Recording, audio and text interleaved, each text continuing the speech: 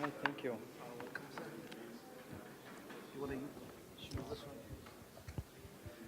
Do I need to use a microphone? Can you guys hear me? Can you hear me? Do I need it? Better with this? Yeah? Okay. All right. Well, first of all, welcome to FAO and to Rome. My name is Marco Boscolo. I'm an economist by background, and I have been with FAO now for about 11 years. I came here originally to work on finance, then I worked on institutional development. I moved to Bangladesh, where I managed a project, and I just came back about a year and a half ago. And now I am working in the same team with Thais that you just met, the Forest Governance and Economics team, covering topics of forest finance, among other things. So, Thais had shown a very nice chart where forests relate to many SDGs. Forestry activities can contribute to so many SDGs. And I understand after these trainings you will go to the field, right? And you will actually encounter many opportunities maybe to support capacity building, community development, enterprise development, plantations, protected areas, fire control. Many of these things will make great sense, will be very interesting, and they will be very difficult to do. Why? Because we need money to do it, right? So the reason why in FAO we have a small program that supports forest finance is precisely with that, to help countries find a way to finance the activities that make sense.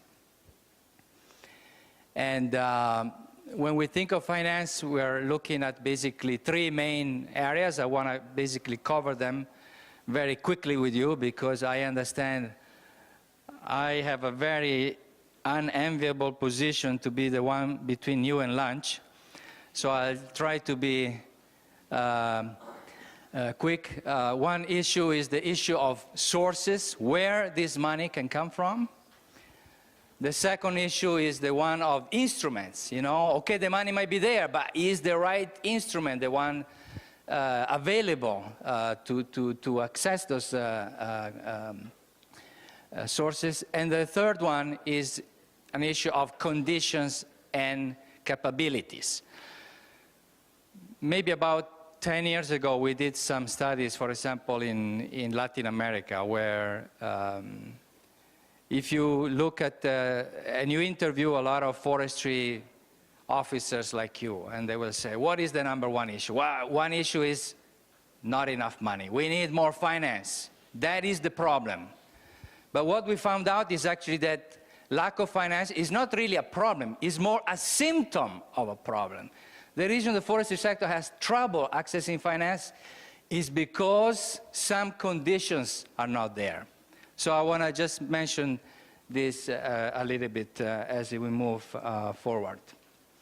So in terms of sources, I pull up these slides, which puts together forestry together with the agricultural sector. It's also a little bit of a dated slide, but it gives you a relative magnitude of where the sources of finance might be.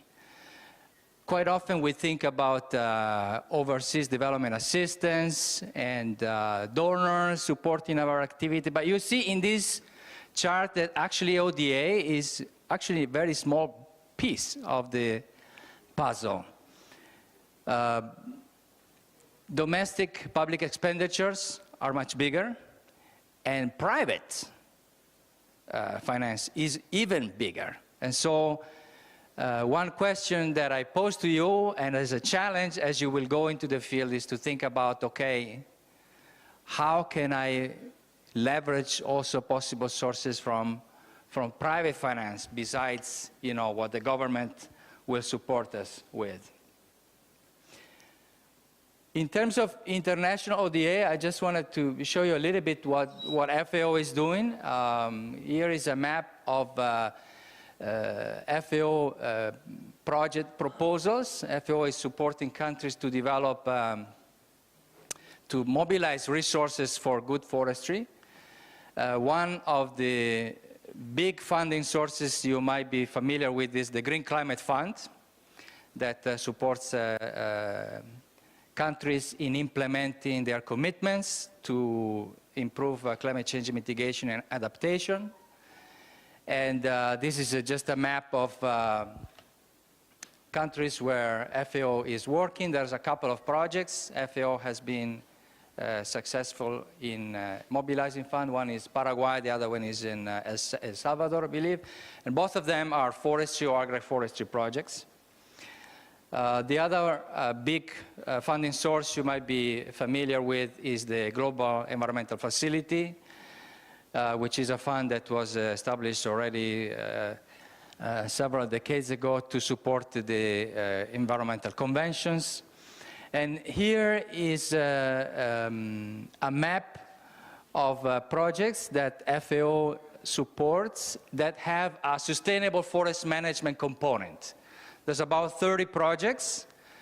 I was actually surprised. Sorry, I have never worked in India, but I was surprised to find out India is the country with the biggest GEF project that FAO is managing. It's a $33 million project on transforming India agriculture for global conservation benefits. The total portfolio of FAO with the GEF on SFM is about $175 million. Just for you to have a picture of what this may look like. When we look at instruments, and especially instruments that might be useful for the type of audience, you know, that you will be working with, the communities and small producers. There are many possible sources. One of them, of course, is that the producers can finance activities themselves. The other one is finance that they may get within the value chain. You know, you produce something and the person who's going to buy your products sometimes can lend you the money in order to cover some short-term costs, you know, working capital, transport, some labor. Value chain finance is a very important source of finance. Some communities have community banks or community funds that can help cover costs within the community. There are then instruments like grants or incentive schemes that the government at the various levels can put in place to support activities. Some countries have revenue sharing mechanism. For example, I backstop a project in Mozambique where out of forestry operations, the government taxes activities to the concessionaires, the operators, and 20% of these taxes get redistributed to the community that are affected by these operations. And this 20% can be used for a number of things. It can be used for schools, clinics, but also for forestry activities.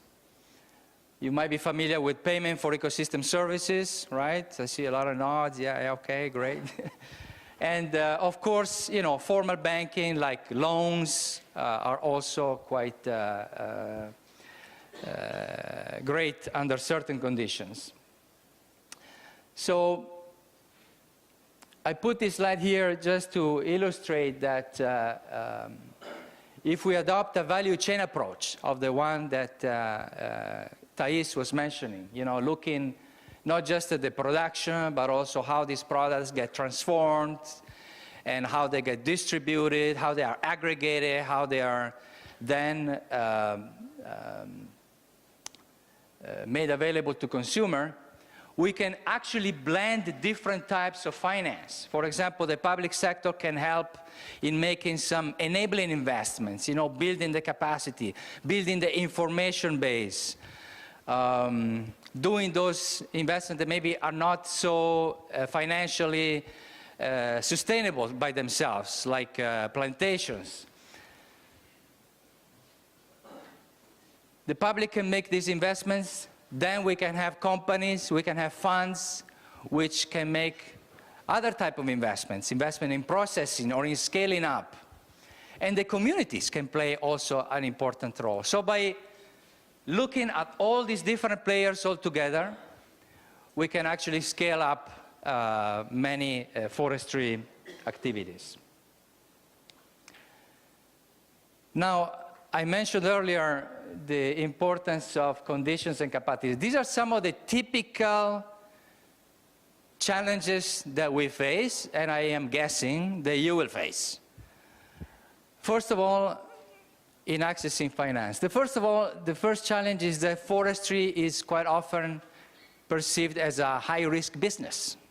You know, if you go to the bank and say, well, I would like to finance some forest activities, the banker most likely will know very little about forestry, and the little he knows about forestry is what he reads in the newspaper, which is fires, land invasions, you know, insects, pest things.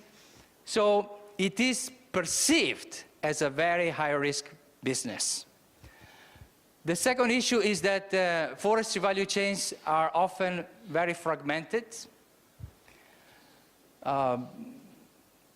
Also donors quite often make investments in forestry assets without thinking where will these assets actually be sold one day, so the links to the market tend to be weak.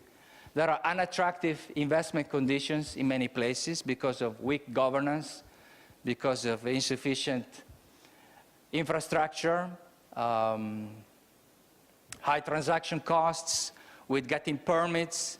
If you work with communities and the community need to get permits, I don't know if you will encounter this, but I encounter this very often, that sometimes the big companies are the ones who get all the paperwork done first to be able to access the permits to log and to transport, and the small communities are the one last.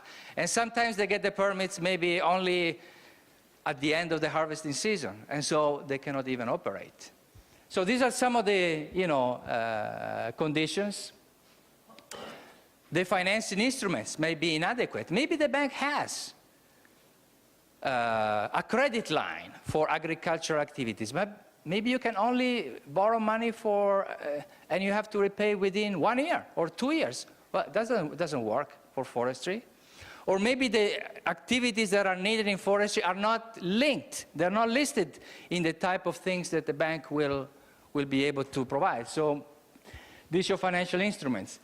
Limited capacity to develop bankable projects. You know, we work with some funds, and they say, well, with the money we have it, but we just would like to see what kind of projects. And the forestry sector is not particularly skilled at developing bankable projects. And I will tell you in a second later what we mean by that. And when you work with small producers, with producer organizations, indigenous people, you face this additional issue that many of these activities, like Thais was saying earlier, are informal. And if you approach a bank, for example, to get some financing, you will have no way of offering any collateral. The land may belong to the state, so you cannot use it. The trees are not good as a collateral, and so how do you provide any guarantees? And this, I could summarize that it is in part an issue of communication, that the forestry sector does not know how to dialogue and communicate with the financial sector.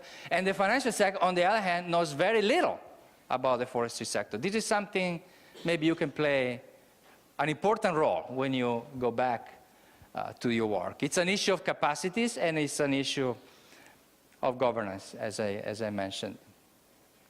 So these are some ideas of some things we have done and that maybe you could also take as inspiration as you go back to your work. How to facilitate communication between the forestry and the financial sector? Well, one way is to maybe bring some of these financial representatives to see good example of good forestry in the field. We did this in Paraguay. For example, we put together a number of bankers who were curious about it, and we took them to see what good forestry looks like. Forests that were certified, and they were so surprised, they knew nothing about it, that when they came back, they created a special credit line, especially for forestry, which never existed before. The second one is that institutions could be strengthened to do this kind of work. I was mentioning that often forestry agencies say, well, our number one issue is accessing finance, finding the resources to do it. And then I asked them, okay, how many people are working in your agencies to mobilize resources? Well, nobody. No, we don't have a unit, we don't have an office. We just have an issue, but we don't have somebody who does that job. So in a few countries, we have helped those agencies to create a special unit. For example, in Guatemala, it's called the Forest Finance Intelligence Unit, with somebody who has precisely that task to help foresters learn about financing opportunities and instruments, and to educate the finance community about what opportunities exist in forestry. We've done that in Guatemala, we've done in Paraguay, in Nicaragua. Not always the forestry agency. Sometimes we did it within a bank, some other time within the Ministry of Economics and Finance. Organizing market and investment promotion events where people that have the resources, are interested, can come together with people that have projects to offer. Targeted studies. This is just an example, for example, a study we did a few years back in terms of what pension funds are thinking and what are the constraints that they face in investing in the forestry sector. I mentioned that one of the issues in the forest sector is the ability to develop bankable projects. You know, what does it mean that a project is bankable? That a bank will look at it and consider it for financing. First of all, it needs to have a clear business vision, not just because it would be nice, because it would solve a problem for the next 6 months. No, it needs to have a vision. It needs to have clear leadership and a committed management, somebody who really believes in this and is willing to take it forward. I have a colleague in the investment center who says, you know, you want to work, the best people to work with are the people who are obsessed with trees. People that really care. If there's a problem, they will find a way to solve it, you know? But that commitment is very important. Third, that there is a business plan with a validated market assessment. You know where your products will be sold, whether it's solid products like wood or services like carbon or whatever. You need to know where you're going to sell those things. There needs to be a solid financial assessment, and I will tell you something about this in a moment. And also evidence of sustainability, about the 3 areas of sustainability. I'm sure you're familiar with, right? It needs to make economic sense, right? Because if it doesn't make economic sense, it's dead from the beginning, right? It needs to make social sense. It needs to strengthen the communities. It needs to be attentive to equity issues. It needs to be attentive to gender issues, right? And it needs to make environmental sense. And I have to say, I disagree a little bit with what Thais was saying earlier, that we focus too much on the environmental aspects, because usually when we look at finance, the attitude of the finance community is do no harm. Try not to make too much damage.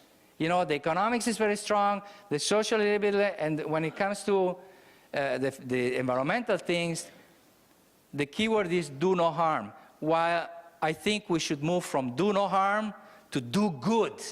Try to live it better than how we found it. I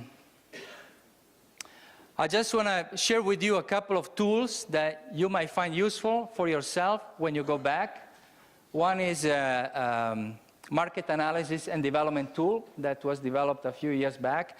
This is a tool freely downloadable from the internet. We have experts here also that can help you in put it into practice. It is a tool that when you work with communities, they can help you identify which products have the greatest potential,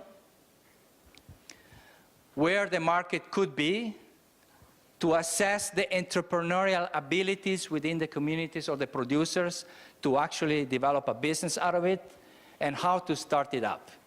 That is one tool. The second one, also an FAO tool called Rural Invest. It's also a free software you can download from FAO website that can help you with this, to do a participatory identification of local investment priorities, to prepare project profiles, and very important, to prepare project formulation and analysis. The World Bank endorses many donors to use this tool when it's about supporting communities to develop business plans, for example. You put all the information there, and the software at the end gives you a business plan with a financial economic analysis that you can, just like that, bring it to a potential financier. I just want to mention some recent publications. We have produced, the one on the left is how to value ecosystem services. It is actually something that we did while I was in Bangladesh, because many agencies have an office that develop projects, the health ministry, the infrastructure, the industry, environment. Everybody develops projects, but nobody knows exactly how do we take into account environmental benefits into these projects. And because we don't, they basically get neglected, There's actually a very famous power plant in Bangladesh, right at the boundary with India, close to the Sundarbans, right? And all the financial calculations to see whether it was desirable to do the plan or not, they are very, very thin on understanding what are the implications of this power plant on the Sundarbans reserve. The other publication is on access to finance, especially for small producer and forest and farm producer organizations. Some publications on how to finance landscape restorations. Work done by a colleague of ours who now is in Iran on designing and implementing national forest funds. And this is another publication on extending private investment in forestry that is about to be finalized very soon. These are some of the partners that we work with. Within FAO, many programs, the Forest and Farm Facility, I don't know if they will also give a presentation to you. The Forest and Landscape Restoration Mechanism, we're working very closely also with the Investment Center. The Climate and Biodiversity Department. There is a group, actually, that has contributed to put together these principles for responsible investment in agriculture. Make sure that investments are respectful, promoting and defending the rights of marginalized people when we make these kind of investments. So these are all internal partners, and we also have outside partners, like the World Bank, the International Institute for Environment and Development, C4, Tropenbos, and WWF. I don't know how I'm doing with time, but this was the last slide. If I have more time, I could tell you a story, but maybe I'll stop it here. Thank you.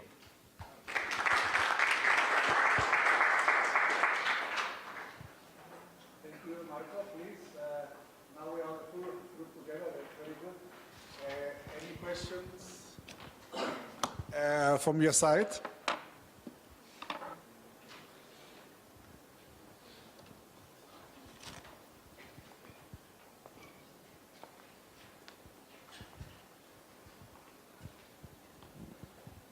Hi, thank you for the presentation. I was wondering, is there room for microfinance in forestry? That's it.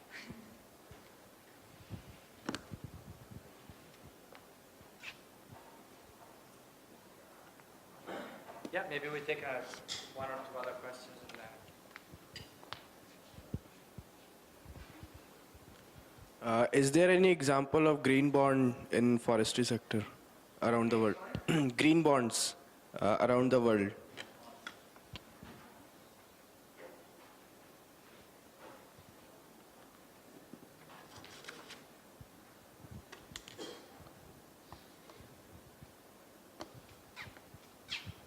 That's it. So let me take these two questions. So of course, yeah, the question of microfinance, the answer is absolutely yes. I think there are many microfinance institutions that provide support. But it brings me to another observations that I have I wanted to share. That there are also for microfinance a lot of innovative ways to finance many, for example, crowdfunding opportunities and sites that give opportunities for people like me or you that want to support a small producer in some developing country of your choosing. And but you will have a hard time to find a forestry activity in this. I don't know why, but we are not very proactive, let's say, in this. And in terms of green bonds, I have to say I don't know at the moment if there are. I used to work, this is before I joined FAO, I was working with a financial services company in Nicaragua, and they do this, basically they design bonds for municipalities. You know, municipalities need to get capital to do municipality investments. They issue the bonds. You know how it works, right? The private citizens buy the bond or they invest in the bond and they get a return, you know, like an interest rate at a prescribed rate for a prescribed period of time. And it's a very effective way municipalities use to leverage capital. And they wanted to do this by issuing a bond to improve the conservation of a protected area and sell it in the carbon market. So this is actually more than 10 years ago, and so I would venture to say that my guess is most likely, but I am not familiar, so I'm not sure. I don't know how to answer your question in detail.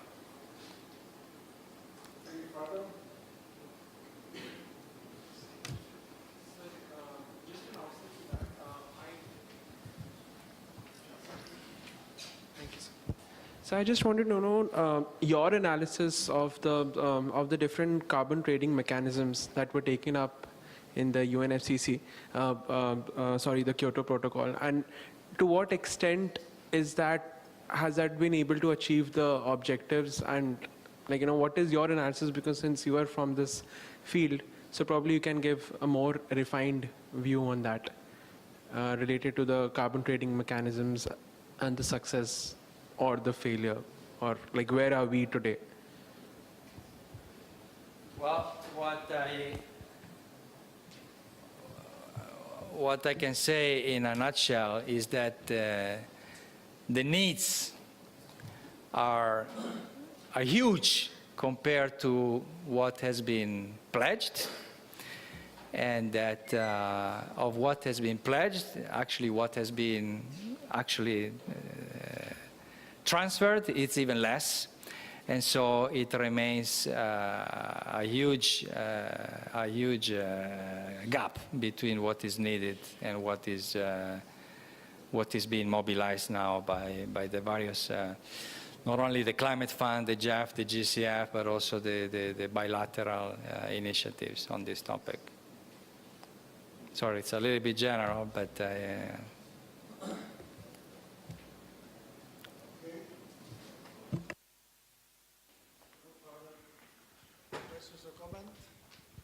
Some, from my side, takeaway messages. First, it's important that you know that some of the international financing sources, especially those who are in some way linked to the UN, like the JEF and the Green Climate Fund, have implemented agency. This, let's say, I won't enter now at this stage to discuss if it is positive or negative, but in order to get a JEF credit or a Green Climate Fund, a country gets a certain budget allocated, but it can only access through one of the recognized UN or international financial institution like the World Bank accredited agencies. And it is at the end a kind of partnership in which the country receives those resources, but through those agencies and not directly. It's very different to other sources. This is important that you know, and of course FAO is accredited to both of them. A second element is that in the past, things are a little bit changing, but for the, I would say, until 2015, 16, for almost the first 15 years of the century, World Bank was lending only 0.3% to forests. One of the most important countries, Mexico, with the payment of environmental services, but it's the flagship with 100 million. Reasons, first, these bankable, sizable projects, there is a moment where if you are not able to produce big projects, you don't enter the chef étage. And below around $200 million, forget it. So what happens? Urban development, health, housing, education, basically sanitation brings these huge projects that are funded. And then in a bank like the World Bank, but it could be also in regional development and so on, these micro projects that we foresters usually dealt with a few million, tens millions, they have too much transfer cost. And this generates a bias. Agriculture faces a similar challenge. It's not only a forest issue, but agriculture as well. So we have to find ways to get sizable projects. And the second breaking issue in the World Bank that has been in the last 20 years very sensible to NGO critics is that forest becomes a contentious issue, especially logging and tropical forests and all these kind of issues. And there's a huge opportunity in restoration, because restoration needs a lot of money. Forget in restoration the issue of microfunding.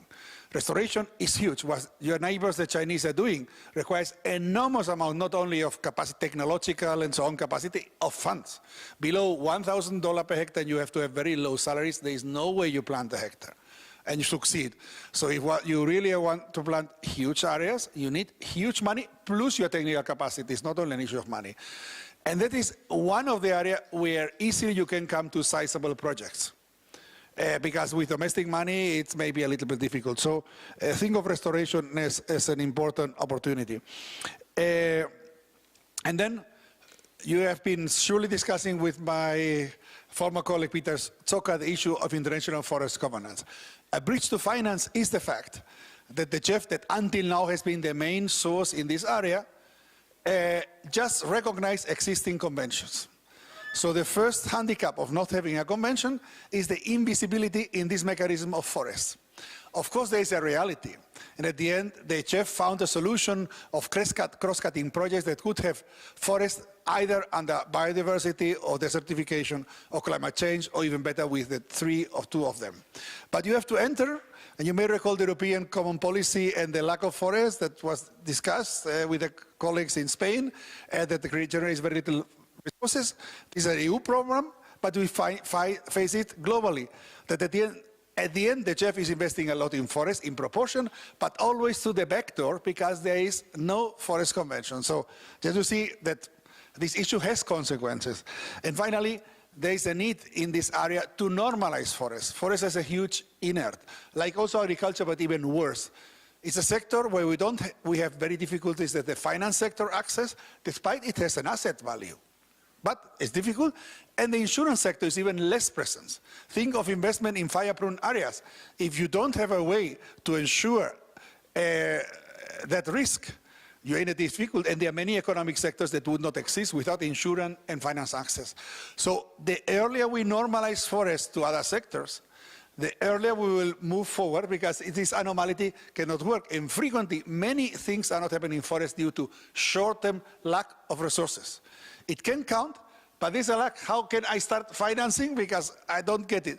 Eventually, many forest owners go to these people that buy the wood standing because they don't have the cash to what we saw yesterday with the cooperatives, to search first a company that do the operations, pay these operations, then sell it together with others, classified and so on, just because of lack of cash. So these kind of issues that for foresters seem to be quite far away have much more implication together with taxation, especially in private-driven forestry, that we think. So the more we can move into normalizing to other sectors, the easier many problems will be solved.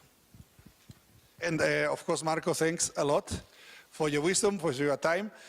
He had to squeeze, so he could not share with us his experience in Bangladesh, in a neighboring country, exactly in all these issues, strengthening the administration, searching resources and so on. But eventually you have some unofficial time during coffee breaks or whatever to share, if you are interested, with Marco, and a small present. Thank you.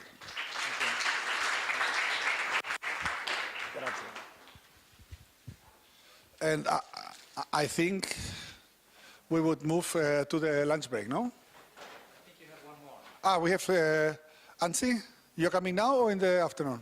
Well, I understood that you plan lunch now and then we come Yes. tomorrow, but as you wish. I think it's better lunch because they got up at 4 o'clock, so it's better now. I heard that the communication was skipped, so if you can come in that cab, would be a possibility, or you prefer to accommodate tomorrow morning? What your agenda prefer? But I mean, for the rest, we thank Marco, we thank all the supporting team, and now you have 1 hour until 2 o'clock to rest and to have lunch. Lunch, there are several facilities, but the biggest, and especially the most impressive one, is go to the 8th floor, and if you find some place, even eat in the terrace, or at least go out for coffee in the terrace, because you, in a day like today, you have Rome, there's snowy mountains, you have Rome at your foot. All the ruins. It's a building that today no one would construct. Not only because eventually there are some ruins below, but such a tall building in the middle of the ruins is, this was the Ministry of Colonies of Mussolini. But it exists, so take advantage of the incredible view. There are foggy days or cloudy days, but today is incredible.